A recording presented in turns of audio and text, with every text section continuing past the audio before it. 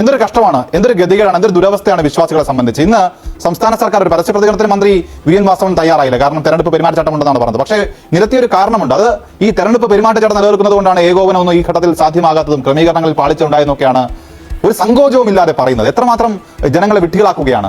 ഈ മണ്ഡല മകരവിളക്ക് തീർത്ഥാടനം ഈ തെരഞ്ഞെടുപ്പ് പ്രഖ്യാപനം വന്ന ശേഷം അതിന്റെ ഒരുക്കങ്ങൾ തുടങ്ങിയതാണ്. തെരഞ്ഞെടുപ്പ് പ്രഖ്യാപനം വന്നിട്ട് ഒരാഴ്ചയാകുന്നുള്ളൂ, പെരുമാറ്റച്ചട്ടം വന്നിട്ട് ഒരാഴ്ചയാകുന്നുള്ളൂ. അപ്പോൾ ഒരാഴ്ചയ്ക്ക് മുൻപ് തുടങ്ങിയതാണോ ഈ ക്രമീകരണങ്ങൾ, തയ്യാറെടുപ്പുകൾ? അത് എത്രയോ മാസങ്ങൾക്ക് മുൻപേ തുടങ്ങിയതാണ്. അതിന്റെയൊക്കെ തന്നെ ഒടുക്കം കൃത്യമായി വിലയിരുത്തി ഈ തീർത്ഥാടന കാലം തുടങ്ങുന്നതിന് 2 ആഴ്ച മുൻപ് വരെ കൃത്യമായി വിലയിരുത്തൽ നടത്തിയാണ് തീർത്ഥാടന കാലത്തിലേക്ക്, തീർത്ഥാടകരെ സ്വീകരിക്കുന്നതിലേക്ക് ദേവസ്വം ബോർഡ് പോകുന്നത്. അപ്പോൾ അത് പാളുമ്പോഴേക്കും അതിന് സമയം കിട്ടിയില്ല. ഈ തെരഞ്ഞെടുപ്പ് പെരുമാറ്റച്ചട്ടം കാരണം അതൊക്കെ സംഭവിച്ചെന്ന് പറഞ്ഞാൽ അത് ജനങ്ങളെ വിഡ്ഢികളാക്കുന്നതിന് തുല്യമല്ലേ?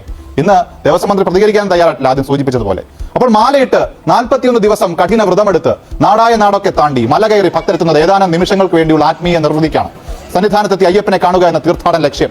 അതിലേക്കാണ് എല്ലാ വഴികളും, എല്ലാ ത്യാഗവും. എന്നാൽ ദർശനം കിട്ടാതെ മടങ്ങിയ തീർത്ഥാടകരെ ഇന്ന് കണ്ടു.